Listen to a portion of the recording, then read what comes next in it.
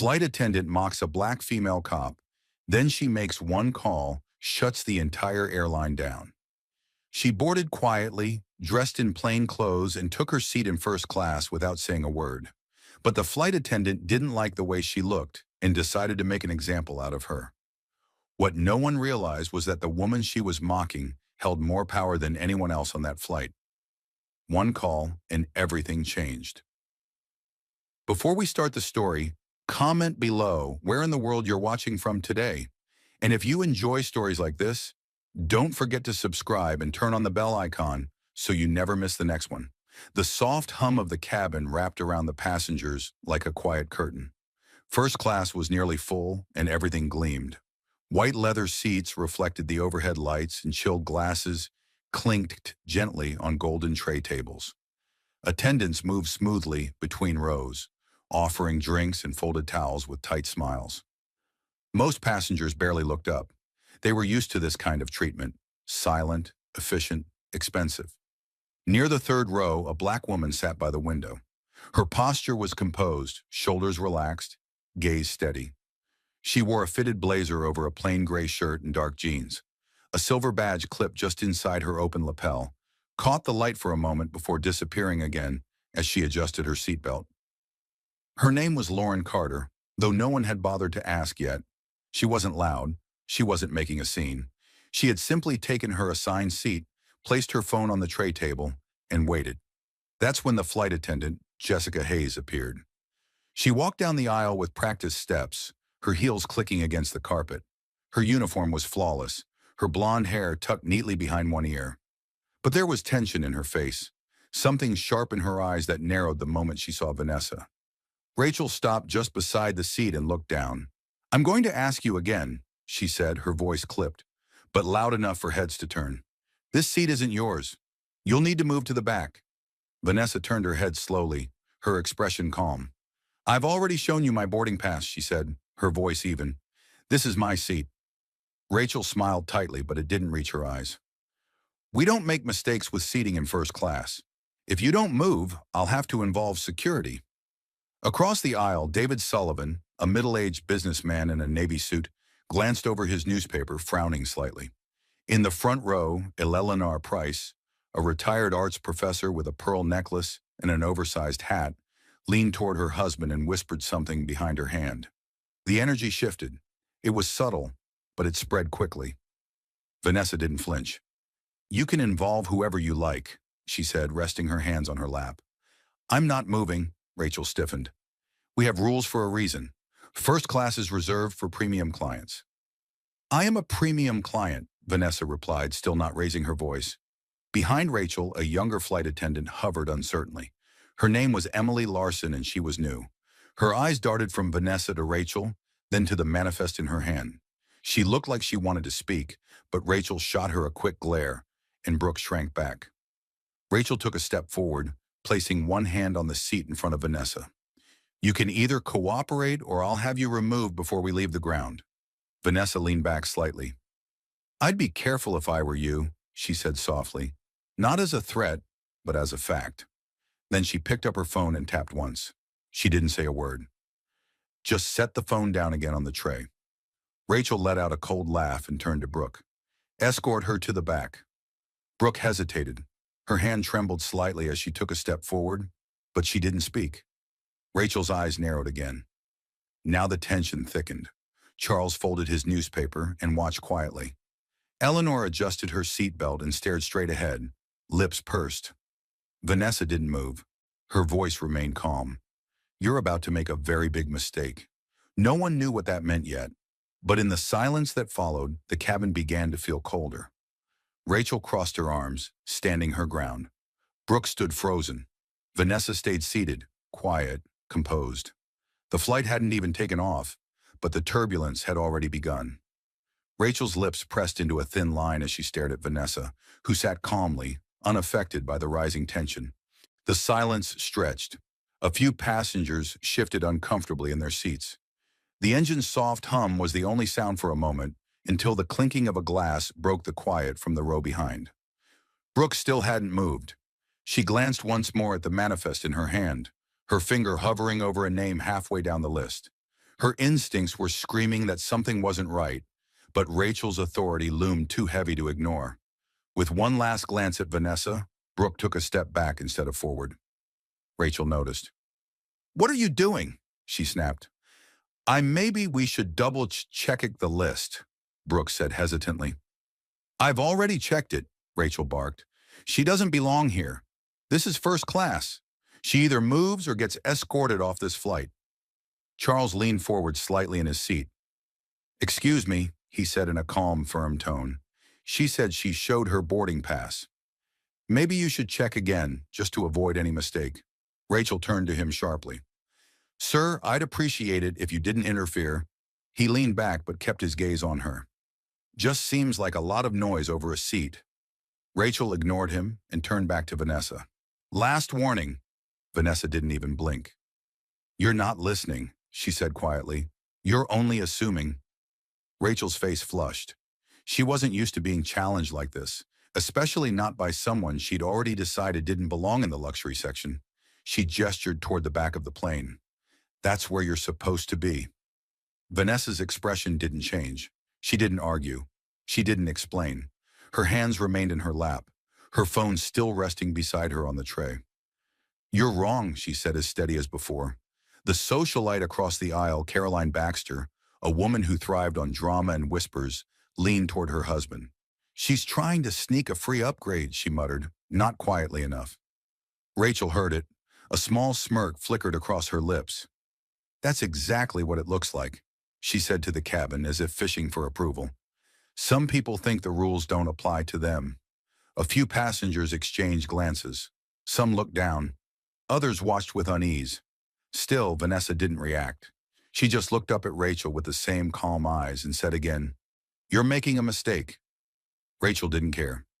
"Brooke," she said sharply, "get security on standby." Brooke hesitated for one more beat, then slowly walked toward the front of the plane, her face pale. She didn't pick up the phone. Instead, she disappeared behind the curtain near the cockpit, biting her lip the entire way. Rachel folded her arms and stood by Vanessa's seat like a soldier guarding a checkpoint. She didn't move. She didn't speak, but her presence said everything. The cabin was quiet again, but now the silence felt dangerous. And Vanessa, she simply looked forward, still as stone, patient as if she'd been through this before. The plane hadn't even pushed back yet, but the damage was already beginning to spread. A few minutes passed, slow and heavy, each second thick with discomfort. Rachel stood firm in the aisle, arms crossed, chin slightly raised, like she had already won something. Vanessa remained still, her breathing calm, her gaze resting ahead without blinking. She didn't fidget. She didn't look away. Her phone remained untouched beside her, screen dark. Whatever message she had sent earlier still lingered in the air like a silent warning. Brooke returned quietly from the front of the plane. Her steps were small, almost reluctant. She didn't speak as she walked past Rachel, but her face had changed. Something in her expression had shifted. She looked unsettled. As she passed Charles, he gave her a questioning look. She didn't meet his eyes. Rachel caught her by the arm as she passed. "Is security on standby?" she whispered. Brooke hesitated, then nodded once, though her lips stayed pressed in a thin, nervous line. "Good," Rachel said loud enough for nearby passengers to hear.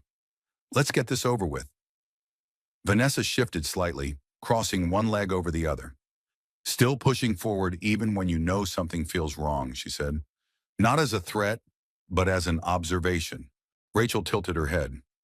"What feels wrong is someone ignoring clear rules and sitting where they don't belong." Vanessa's eyes finally met hers again. "I don't break rules, I enforce them." The sentence hung in the air, quiet but heavy. Rachel blinked, thrown for a half second, but quickly masked it with a tight smile. Delilah the socialite leaned toward the aisle again. "She's being so difficult. Why not just move?" Honestly, her husband Edward nodded clearly, uncomfortable, but unwilling to say more. "I'm not moving because I don't have to," Vanessa replied, not turning her head. "And no one should be expected to move just to make someone else comfortable with their own prejudice." Rachel narrowed her eyes. "Prejudice? Don't make this about race." Charles stood up suddenly, slow and controlled. "But isn't it?" he said, looking directly at Rachel. Because I boarded after her and no one asked me a thing. Now the cabin was fully quiet. Even Delilah had nothing to add. Rachel's voice rose. Sir, this doesn't concern you. It concerns all of us, Charles said. We're sitting in the same cabin. We're all witnesses now. Rachel turned away from him quickly, jaw tight. She stepped toward Vanessa again. Either you move or you'll be escorted out. Vanessa glanced down at her phone and tapped it once. No words, just a calm, deliberate motion. Then she looked back up. You'll want to think very carefully before touching me, she said, her voice even softer now, but every syllable clear. Rachel didn't respond. She backed away half a step, unsure why, but something in Vanessa's tone, in the way she didn't raise her voice or explain herself, sent a chill up her spine. Passengers were no longer whispering. They were watching. The mood in the cabin had changed again. The balance of power had started to shift, and Rachel for the first time could feel it. Rachel tried to maintain her composure, but a flicker of doubt had started to crawl under her skin. She straightened her shoulders and looked around, expecting support from the cabin. But now the atmosphere had shifted. The stares that once held confusion now carried judgment. The whispers had stopped, eyes locked on her. Not Vanessa. Vanessa didn't need to speak anymore. Her silence was louder than anything Rachel had said. The phone sat there on the tray, untouched, unmoving, but it felt like a ticking clock. Rachel's mind raced. Who had she called? What was coming? Brooke stood by the galley, holding the manifest tightly, her knuckles white. Her eyes kept darting to Vanessa, then to Rachel, and back again. She seemed caught between fear and conscience. Rachel's voice cracked slightly as she tried again, aiming to recover her control. This is your last chance, she said. Move now, or I'll have you removed before we leave the ground.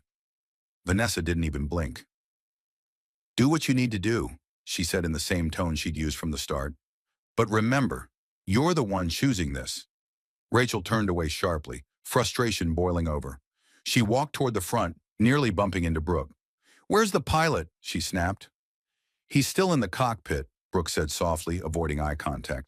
Then tell him we've got a passenger refusing to comply. We need her off the plane. Brooke didn't move. She stood there, frozen. Rachel's voice grew harsher. Go! Reluctantly, Brooke disappeared behind the cockpit curtain, her hands shaking slightly. Back in her seat, Vanessa stayed motionless. Her eyes drifted across the cabin. Charles gave her a respectful nod. A few others now shifted awkwardly in their seats, realizing the situation wasn't what it had first seemed. Even Delilah had started looking more uncomfortable than amused. Moments later, the cockpit door opened. The pilot stepped out. A tall man in his 50s with graying hair and a serious face. He scanned the cabin, confusion on his face. He looked at Rachel. What's going on? He asked, keeping his voice low but firm. She's refusing to move, Rachel said quickly. She's in the wrong seat. She doesn't belong in first class. The pilot turned to Vanessa, who calmly met his gaze. Ma'am, he said carefully, do you have your boarding pass? Vanessa nodded. Without a word, she reached into her inside pocket and handed it over. The pilot took a quick look. His eyes flicked to her name. Then he looked again. His expression changed. He took one slow breath, looked at Rachel, and then said quietly, I need a word with you. Now? Rachel's smile froze. Is there a problem? She asked. The pilot didn't answer. He turned and walked back toward the cockpit, holding the boarding pass in his hand. Rachel followed, her steps much slower than before. The cabin remained silent. Everyone knew something was about to happen, something big. Vanessa leaned back in her seat again, calm as ever. The phone still rested on the tray table, and Rachel, now behind the curtain, had no idea what was waiting on the other side. Inside the cockpit, the pilot stood with the door closed behind him, staring at the boarding pass. Rachel stood opposite him, arms crossed tightly across her chest, her jaw tense. What is this about? She asked, trying to keep her voice steady. He didn't look up right away. Do you know who she is? He asked flatly. Rachel frowned. She said she's a passenger. That seat doesn't belong to her. He finally lifted his eyes. Her name is on the list. In fact, she's not just any passenger. She's on a flagged list. VIP. She's with law enforcement. Rachel blinked.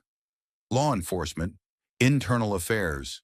Internal Affairs, assigned to Aviation Security Oversight. Rachel's stomach dropped.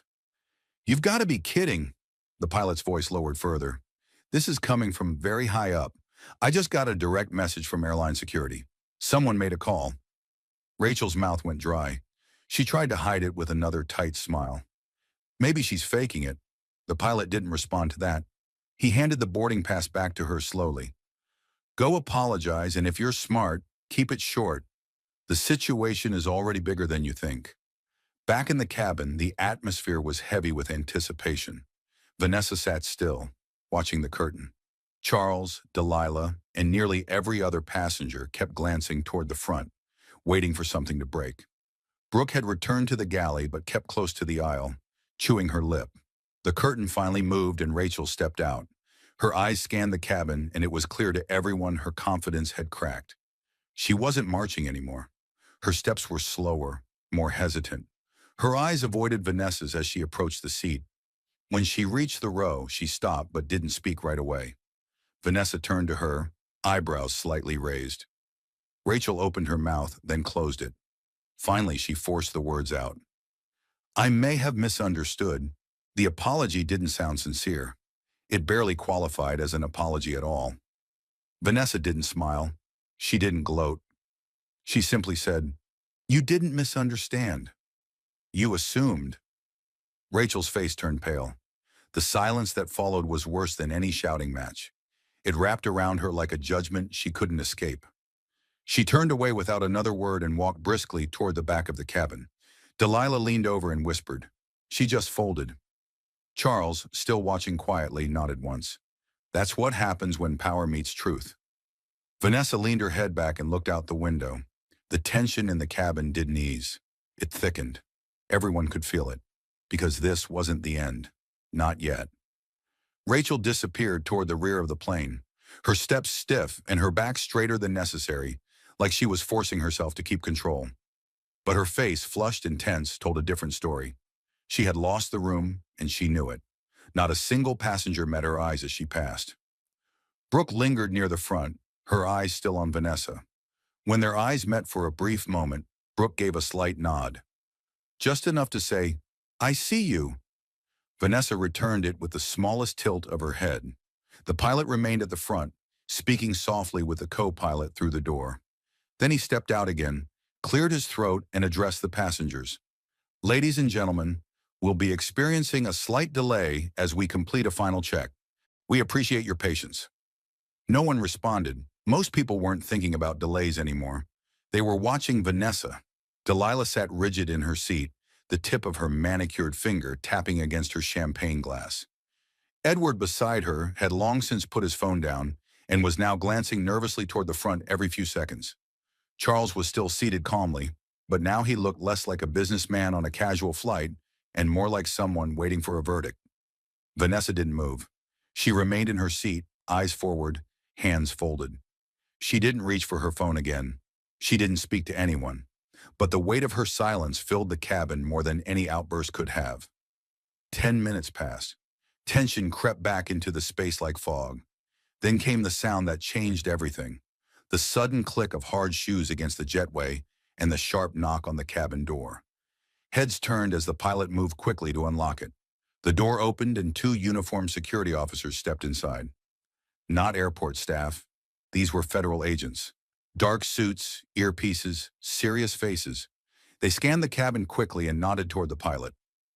Rachel reappeared at that moment from the rear galley just in time to see them enter, her face drained of all color. One of the officers spoke to the pilot in a low voice. The other turned to the cabin, then looked directly at Rachel. Miss Miller. Rachel didn't respond right away. Her eyes flicked to Vanessa, then to Brooke, then back to the officer. He stepped forward. We need a word with you now. The cabin froze. Passengers turned to each other, shocked. Vanessa still didn't move. Rachel looked around one last time, searching for someone to defend her, someone to say, "This isn't fair. It's a misunderstanding." She didn't mean it. No one said a word. And in that silence, Rachel finally understood. This wasn't just about a seat anymore. It never was. Rachel's throat tightened as she took a single step back. Her hands twitched by her sides, unsure of what to do. The officer standing in the aisle remained still, expression unreadable, but his tone left no room for interpretation. "We can do this here or in private. Your choice." She looked toward the galley, then the cockpit, as if an escape might appear from somewhere. When none did, she nodded stiffly and followed the agents toward the front.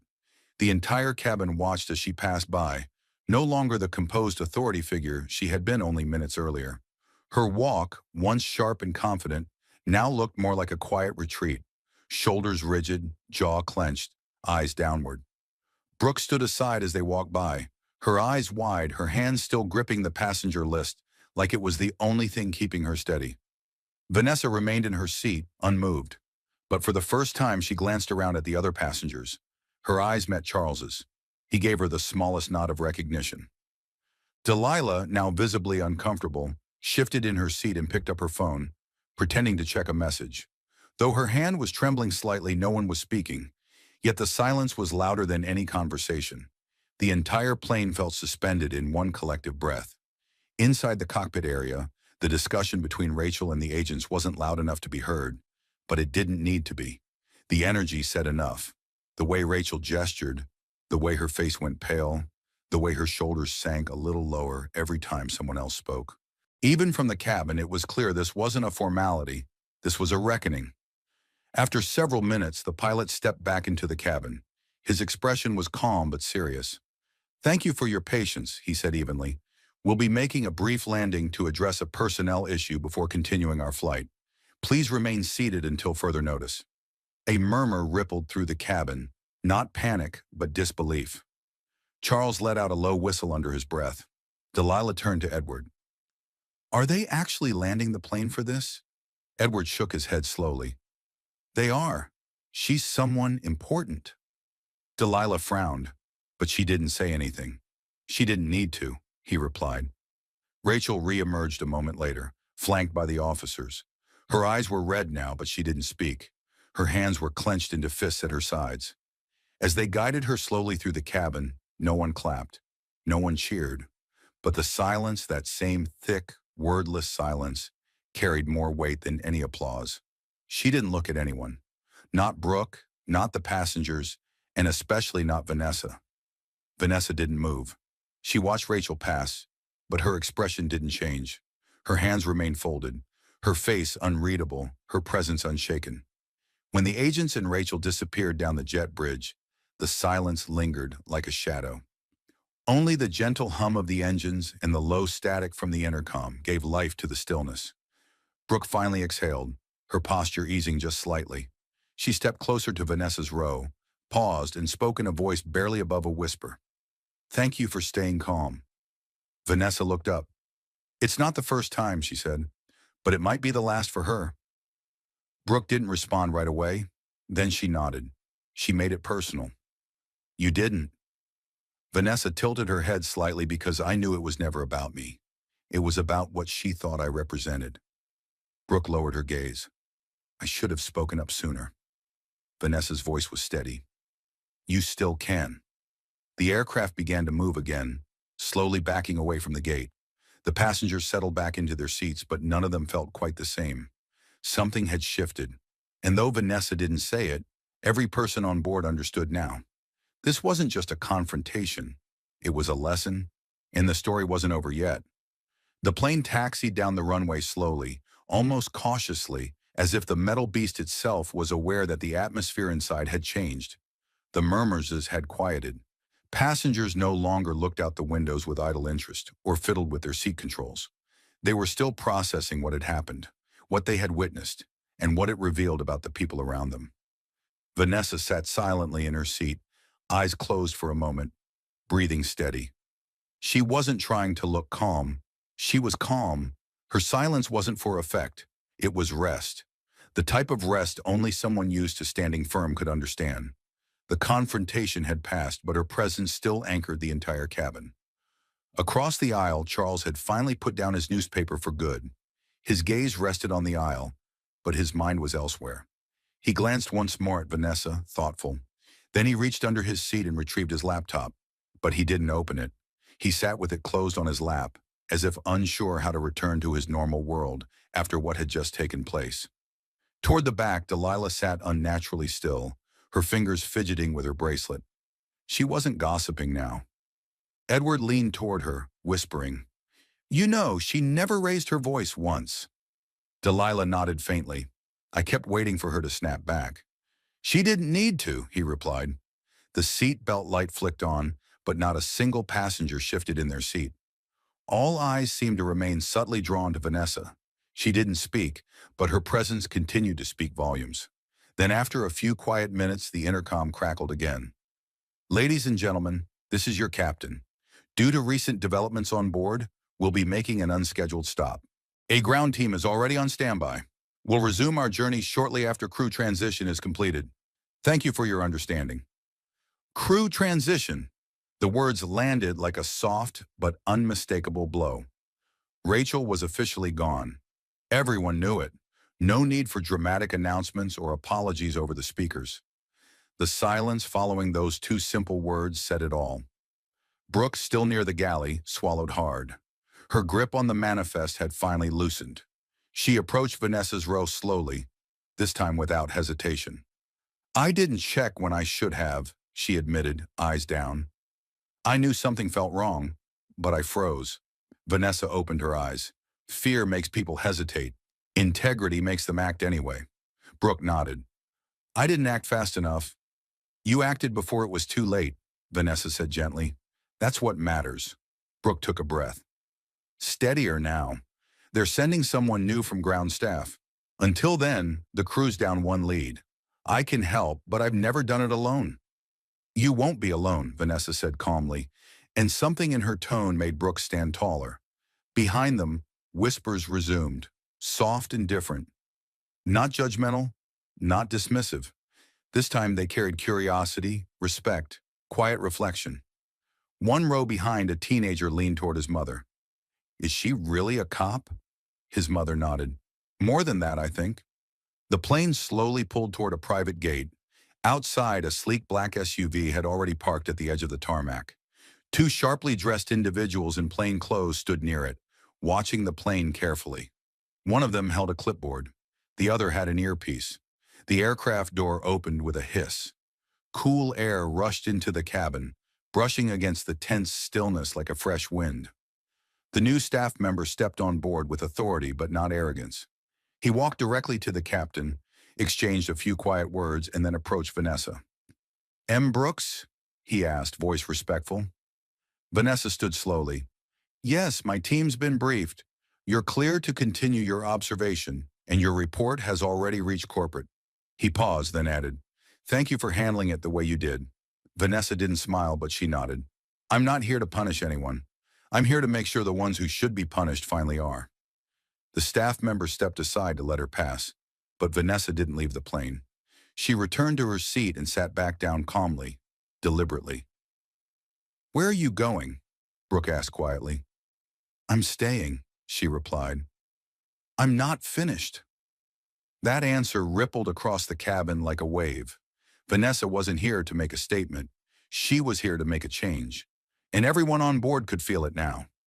This wasn't the climax, it was the turning point. As the cabin door shut again and the soft hiss of the air seal returned, a new stillness spread through the first-class section, not of fear or confusion, but of quiet respect. The energy inside had shifted completely. The air felt clearer, the noise softer, and even the subtle tension that clung to every seatbelt and shoulder had begun to lift. But something else had settled in its place, something stronger. Awareness. Vanessa remained in her seat, her back straight, her hands resting on the armrests. She no longer needed to look around. The room had already seen her, understood her, acknowledged her authority, not because she demanded it, but because she didn't have to. Brooke, now acting as the lead for the moment, moved with more confidence. She no longer waited for approval. She no longer hesitated when speaking. Her voice was clear when she addressed passengers and calm when she confirmed the drink list. No one questioned her. No one mocked her. Not anymore. Across the aisle, Charles finally opened his laptop, but only to type a few lines of what seemed to be a reflection, then closed it again. He looked toward Vanessa and offered a small, respectful nod. She returned it, just barely. Delilah, who had earlier whispered cruel assumptions about Vanessa, now sat with her arms folded, her face blank but unsettled. Her confidence, once so loud, had been replaced by something quieter. Shame. Edward, her husband, glanced toward Vanessa more than once, but never said a word. His silence carried its own weight. At the far end of the cabin, an older woman named Helen Foster, who hadn't spoken since the flight began, suddenly reached into her purse and pulled out a small notepad. She scribbled a few words, tore the sheet, and quietly walked forward, placing it gently on Vanessa's tray without saying a word. Then she returned to her seat. Vanessa glanced down at it. A simple sentence written in a shaky hand.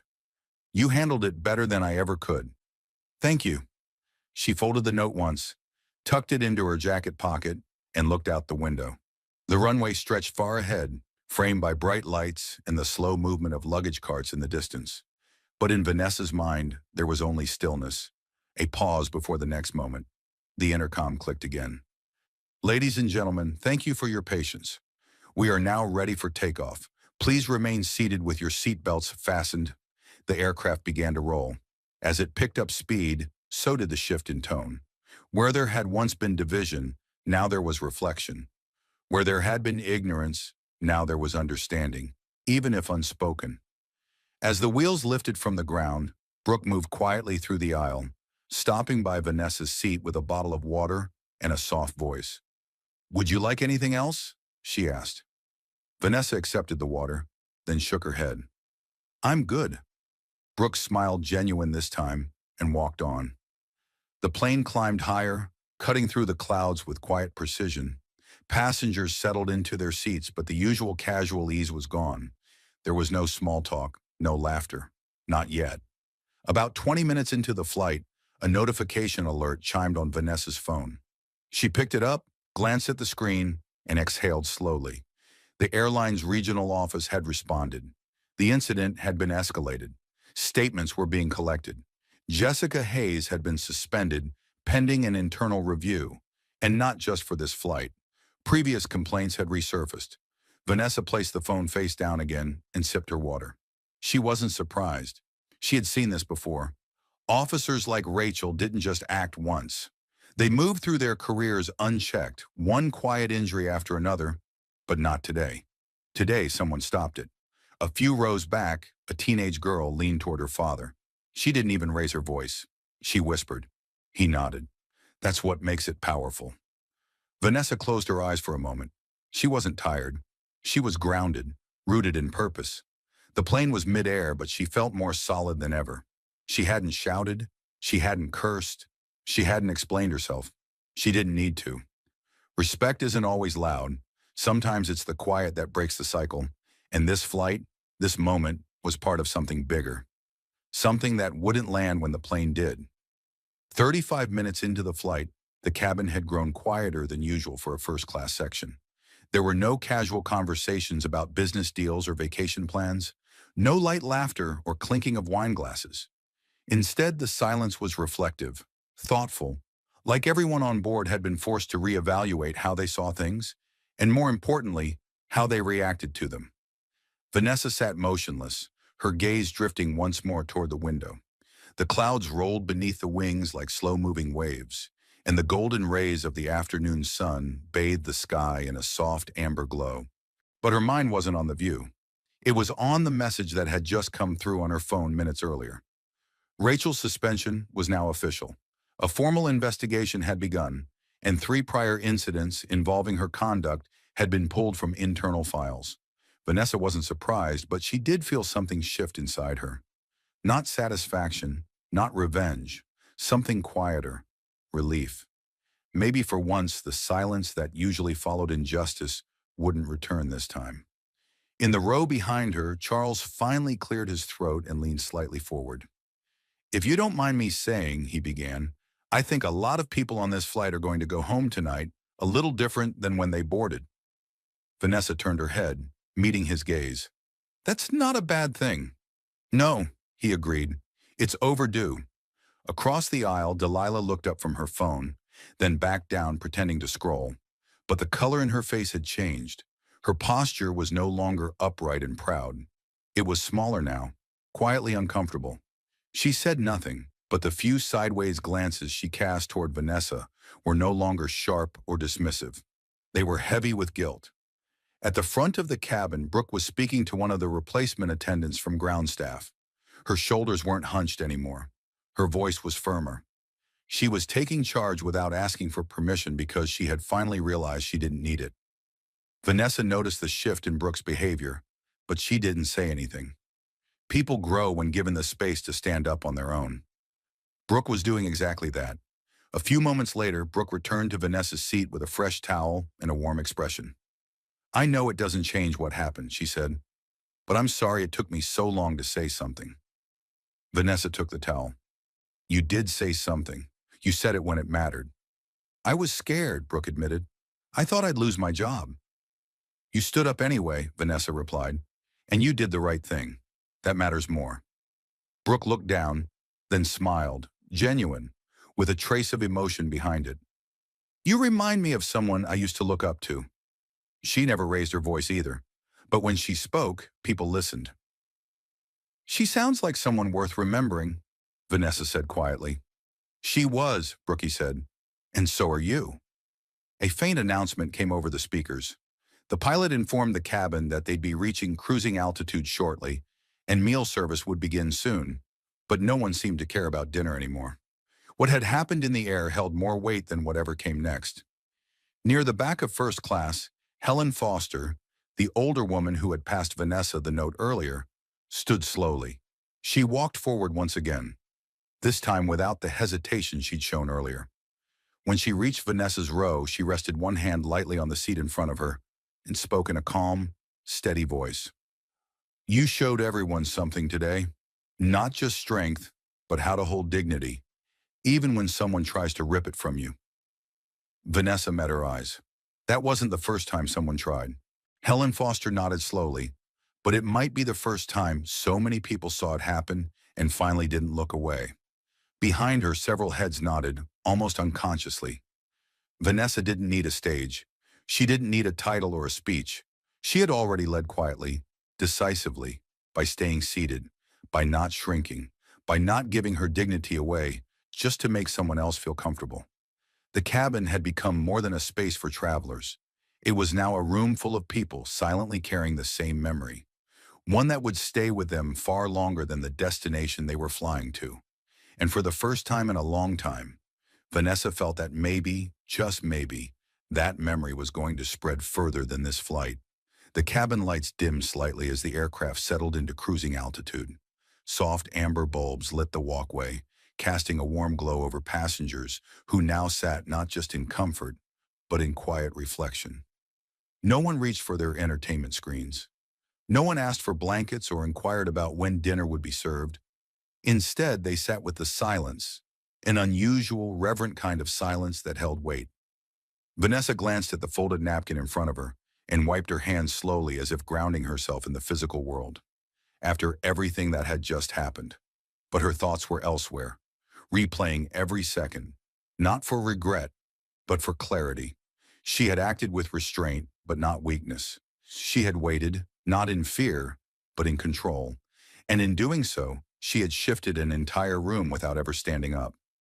The low rumble of the engines became a steady backdrop to a scene that still felt suspended in consequence.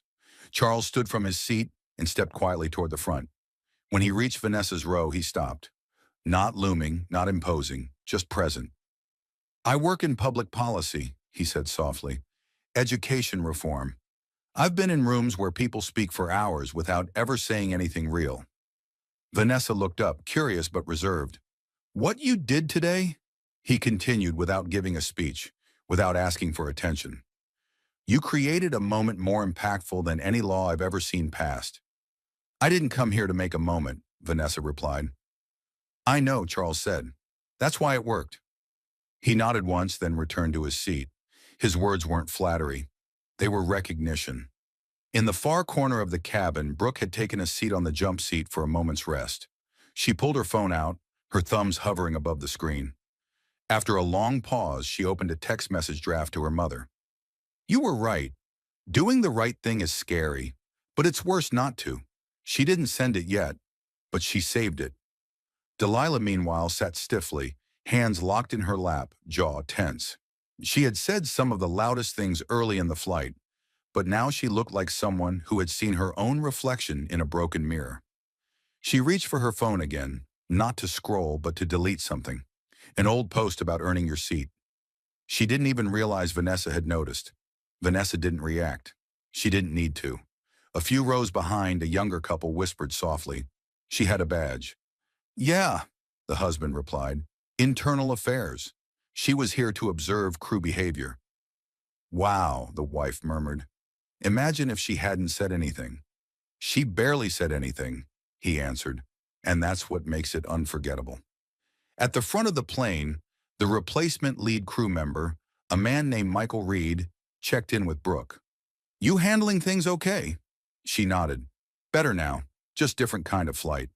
He gave her a small smile. That's what happens when truth takes up space. Meanwhile, the intercom clicked again. Ladies and gentlemen, came the captain's voice. We've reached optimal cruising altitude. We'll resume normal service shortly, but I'd like to personally thank all of you for your patience and cooperation during today's unexpected crew adjustment. He paused. I also want to acknowledge the importance of accountability. Every person aboard deserves respect, regardless of uniform, background, or title. That's a standard we're working to uphold with immediate effect. The message ended. It wasn't just protocol, it felt personal. A slow wave of understanding settled over the passengers again. Many of them nodded to themselves. Some looked toward Vanessa. Others simply absorbed it in silence. Vanessa glanced once at the flight log that had been handed to her earlier. Her notes were brief but thorough. Her report would be submitted before landing.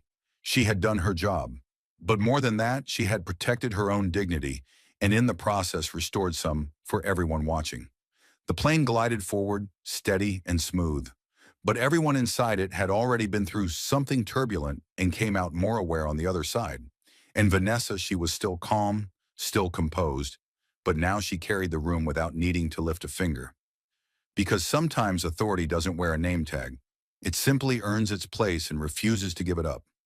The cabin lights shifted once more, preparing for the evening portion of the flight. Window shades were half lowered, and the soft, ambient glow over each seat gave the illusion of peace. But for most passengers, peace wasn't something they felt just yet. The events from earlier hadn't faded. They had planted themselves into everyone's memory like a quiet weight that refused to lift. Meal carts began to roll slowly down the aisle. Brooke, now leading with practiced ease, moved with more confidence than she ever had on a flight before. Her voice had settled into a calm rhythm, and the passengers responded to her differently now, with eye contact, with patience, with something close to gratitude. She was no longer just the assistant who followed orders. She was the one who had stayed human when it mattered most. As she reached Vanessa's row, she didn't ask a routine question like chicken or pasta. Instead, she stopped beside her and offered a gentle, sincere look. Are you okay? She asked quietly, her tone personal, not professional. Vanessa looked up from her tray. I am. Is there anything I can do? Vanessa thought for a moment before answering. Keep treating people like they matter, especially when no one's watching. Brooke nodded, her throat tight with emotion. I will. She moved on, serving the next few rows. But something about that small exchange lingered longer than any announcement or speech ever could. It wasn't just the words. It was the mutual understanding between two women who had both stood in difficult places and chosen the harder path. One to hold firm, the other to speak up. Further down the cabin, Charles had finally pulled out a small notepad. He scribbled something quickly, then tore the page and passed it discreetly to the replacement crew lead, Michael Reed, as he walked by. Michael Reed unfolded it and read the note. 4 words. She saved your brand. He looked up toward Vanessa, then tucked the note into his pocket without a word. He didn't need to say anything. He already understood. Across the aisle, Delilah sat with her tray untouched. The meal steamed gently, but she hadn't lifted the lid. Edward sat beside her, chewing slowly, clearly sensing the change in her mood. She finally whispered, I thought I knew what respect looked like. He looked at her, pausing his fork midair. But I only respected people who looked like me, who acted the way I expected. Edward didn't answer. He didn't need to. Her confession was loud enough. Vanessa, unaware of the exchange, sat calmly in her seat, sipping water between small bites of her meal. She didn't smile. She didn't gloat. She didn't react to the whispers, the glances, or the shift in tone around her. She had nothing to prove and nothing to explain.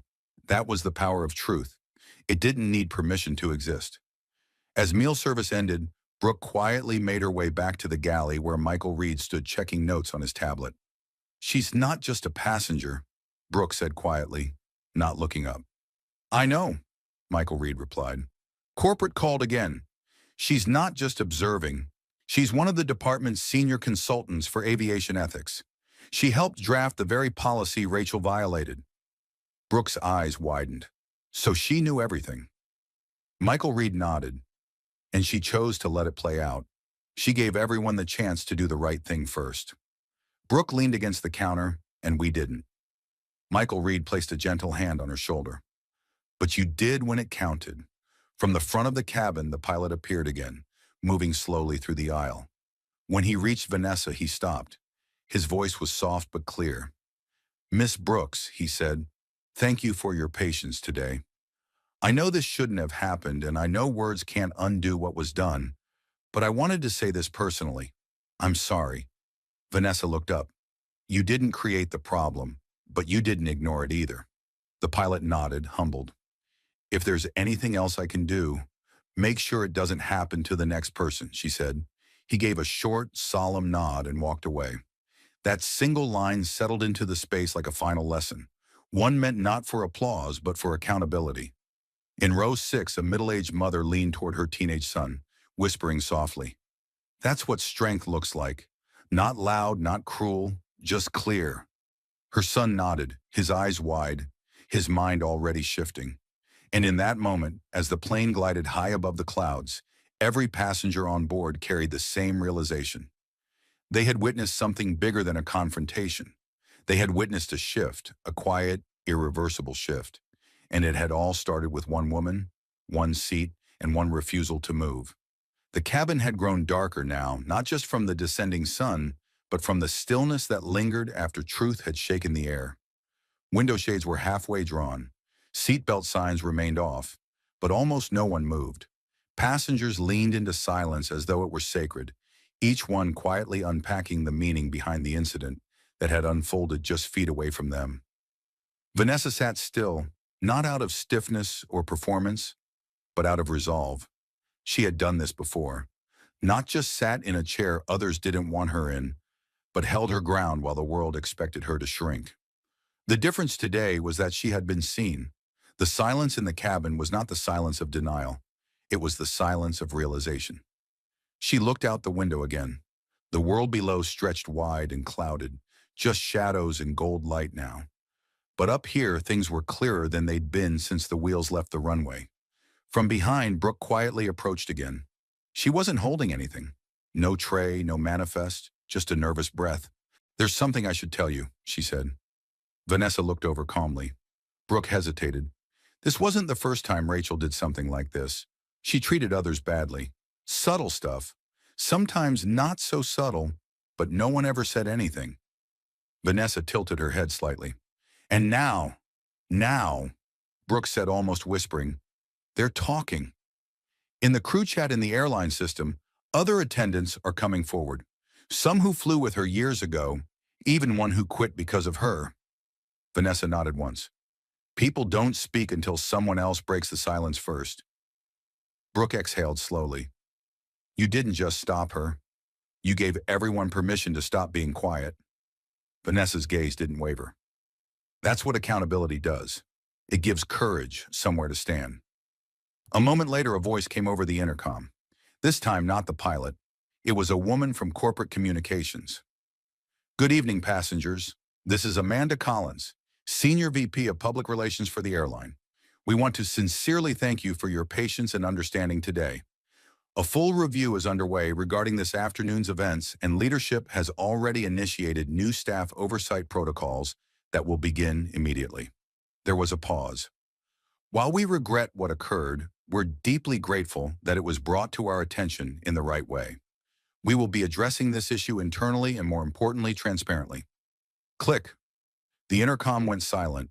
A few heads turned toward Vanessa. She didn't flinch. She didn't raise her hand. But her presence radiated something more powerful than a name. She had become the story without ever asking for the spotlight. Delilah stirred again.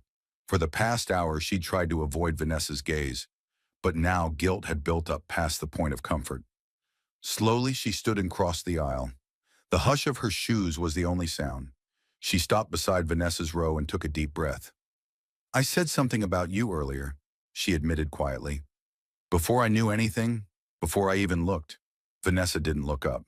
She let the silence speak first. "I judged you," Delilah continued. "I thought you didn't belong up here. I assumed things because I've always gotten away with those assumptions." Now Vanessa turned her head, meeting Delilah's eyes. "And what do you see now?" Delilah's voice cracked. "Someone I couldn't have handled being for 5 minutes." Vanessa didn't smile. She didn't soften the moment. She simply nodded once. "Then learn from it." Delilah nodded, her shoulders heavy. "I will."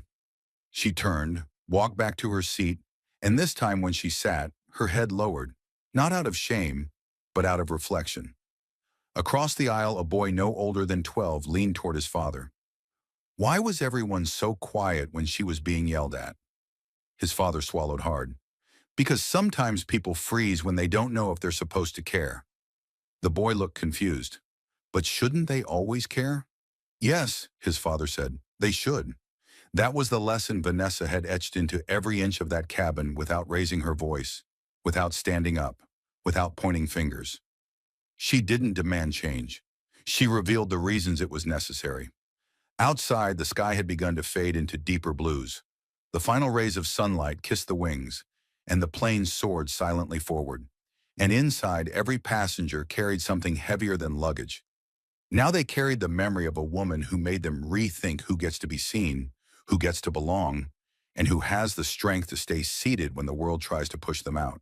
The hours passed in quiet waves, not rushed, not slow, just steady, like the thoughts circling every mind in that first-class cabin.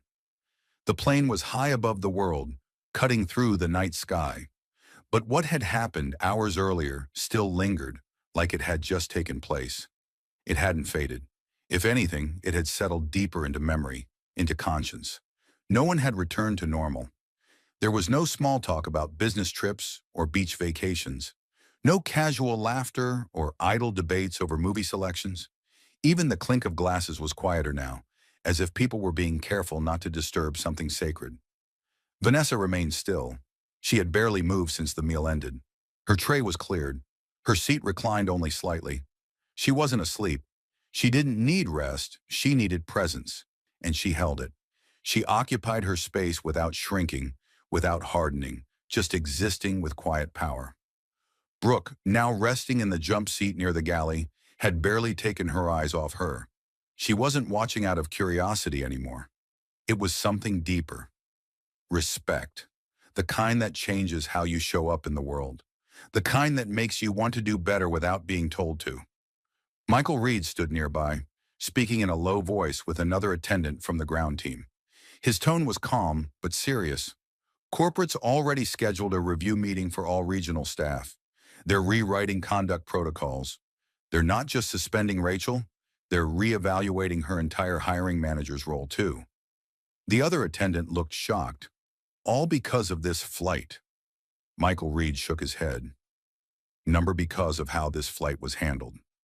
Vanessa didn't hear them, but somehow she already knew. At the back of first class, Charles typed away at his laptop. This time not for work. He was drafting something personal, an op-ed for a major paper. The title read, "The Woman Who Redefined Authority at 35,000 Feet." He paused before typing the first sentence. He didn't want to get it wrong. He didn't want to over-explain. She hadn't. A few rows behind him, Delilah sat hunched forward, fingers intertwined in her lap. She had been like that for over an hour now, head slightly down, eyes on nothing in particular. She had been rehearsing something in her mind over and over again. Words she should have said, Words she wanted to say now, but shame still sat thick on her tongue. Edward gently placed a hand on hers. "Say it," he whispered. "You've stayed quiet long enough." She nodded but didn't move. A chime echoed through the cabin as the captain announced their beginning descent. "We'll be landing in approximately 35 minutes. Local time is 7:42 p.m., and conditions on the ground are clear." It was almost over, but no one felt like they were returning from a simple flight. Vanessa reached into the seat pocket and pulled out her notebook. It was slim, dark blue, and tucked with a folded letterhead marked Aviation Compliance and Ethics Review Board. She flipped to a fresh page and began to write, not fast but with purpose. Each line she wrote wasn't just about Rachel. It was about the crew, about the silence from the other passengers, about the ones who stepped up, about the way respect had to be redefined, not assumed, about how change doesn't arrive in speeches.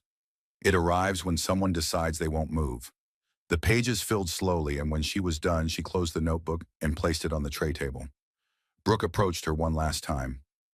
"They're going to ask about you," she said quietly. "Everyone is reporters, staff, the airline, maybe even passengers." Vanessa looked up. "Let them ask." "What should we tell them?" Brooke asked genuinely. Vanessa thought for a moment, then answered softly. "Tell them I was just a passenger." Brooke's eyes softened. "You were more than that." Vanessa shook her head gently. "Number. That's the point. No one should have to be more than a passenger to be treated like a person." Brooke stood there for a moment longer, then smiled, sad and full at once. "Thank you," she said, and returned to her station. The city lights below began to flicker into view. Tiny webs of golden white spread across the earth as the aircraft lowered its altitude. As the plane dipped, Vanessa looked out over the skyline, peaceful, glowing, unaware of what had happened above. But for everyone on board, something had changed permanently. Respect didn't wear a badge or a blazer. It didn't arrive with titles or threaten with power. It sat quietly in seat 3A, told the truth, and waited for the world to catch up. And on that flight, it finally did. The landing was smooth, almost unnaturally so, as if even the aircraft itself had chosen to bring the flight home with more care than usual. A soft rumble swept through the cabin as wheels touched down, followed by a gentle deceleration. Seatbelt signs blinked on. Passengers remained still, unusually silent, each person waiting not just for the plane to stop, but for some invisible thread to finish tying itself into a knot inside their minds. Vanessa opened her eyes and sat upright, her movements calm and measured. She hadn't slept for even a minute. She didn't need rest. She needed clarity. And now that they were on the ground, she had it. The aircraft rolled toward a private gate, away from the usual bustle of terminals. Outside the window, a sleek black SUV idled beside the jet bridge. Two individuals in sharp gray suits stood beside it, one with a tablet in hand, the other scanning the incoming aircraft with practiced stillness. They weren't here to escort a celebrity. They weren't waiting for applause. They were there for accountability, for confirmation, for closure. Inside, passengers unbuckled their seatbelts slowly, as if rising from a sacred ceremony rather than a routine flight. Some looked at Vanessa, some avoided her gaze out of guilt, but no one ignored her. Not anymore. Delilah finally stood. She hesitated for a long moment before stepping into the aisle and walking back to Vanessa's row. Her voice was soft, almost broken. "I was wrong," she said. "Not just about you, about people, about who deserves to be here." Vanessa didn't answer right away. She looked at Delilah's eyes, no longer guarded, no longer arrogant, just raw. "You can't undo harm by just realizing it happened," Vanessa said. "But you can start by making sure it never happens again to anyone else." Delilah nodded quickly. "I will." I promise. Vanessa didn't nod. She didn't pat her shoulder or offer polite forgiveness. She simply said, "Then keep that promise," and turned back to face forward. Charles stood behind them now, holding his briefcase loosely. "You'll probably be in tomorrow's headlines," he said with a faint, respectful smile. "Maybe even a panel show." Vanessa raised an eyebrow but didn't smile. "They'll miss the point." Then he tilted his head. "And what's the point?" "That no one should have to prove their worth just to sit in a chair they paid for," she said. He gave a quiet chuckle and offered a hand. If you ever decide to run for something, let me know. She shook his hand once. Firm, brief, no performance. I'm not interested in running for anything. I'm interested in what happens when people stop running from truth. The seatbelt signs blinked off, doors opened, and one by one passengers filed out. Some gave Vanessa a quiet nod. Others simply lowered their eyes in reflection as they passed. Brooke was one of the last to leave. She walked up to Vanessa holding something in her hand, a slip of folded paper. I printed this from our internal commendation system. You probably won't need it, but I submitted it anyway. Vanessa took the paper, but didn't unfold it. Thank you, she said. Not for this, for standing when it counted. Brooke's eyes glistened. She didn't speak. She just walked out, shoulders straighter than when she'd first stepped onto that plane. Vanessa was the last to exit. As she stepped down the stairs and into the cool evening air, the agents by the SUV nodded to her with quiet recognition. Everything's been processed, ma'am. One of them said, the footage, the reports, the witness statements, the board is already moving. Vanessa nodded once. Good.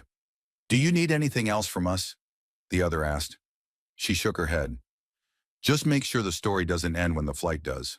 They opened the door for her. She stepped inside the SUV and the door closed behind her with a gentle click. As the vehicle pulled away from the aircraft, Vanessa leaned her head against the cool glass and watched the airport lights blur into long streams of gold and silver. Somewhere in that blur were faces she'd never forget. Not because of what they said, but because of what they didn't say. Because of the way they looked away. Because of how long they waited to care. But they did care eventually. And sometimes that's the victory. Not loud, not public, but real. Later that week, a news outlet ran the headline. Flight attendant mocks black cop. Then she makes one call. Shuts airline down. The story went viral, but Vanessa didn't care about that because somewhere inside a training room, new policies were being printed. Somewhere on another flight, an attendant was thinking twice. Somewhere, a passenger who once stayed quiet would now speak up. And maybe, just maybe, someone who thought they didn't belong would stay seated. Because someone like Vanessa did, not to make noise, but to make it impossible to ignore what silence had been hiding all along. If this story moved you, make sure to like the video, share your thoughts in the comments, and subscribe to the channel for more powerful stories just like this.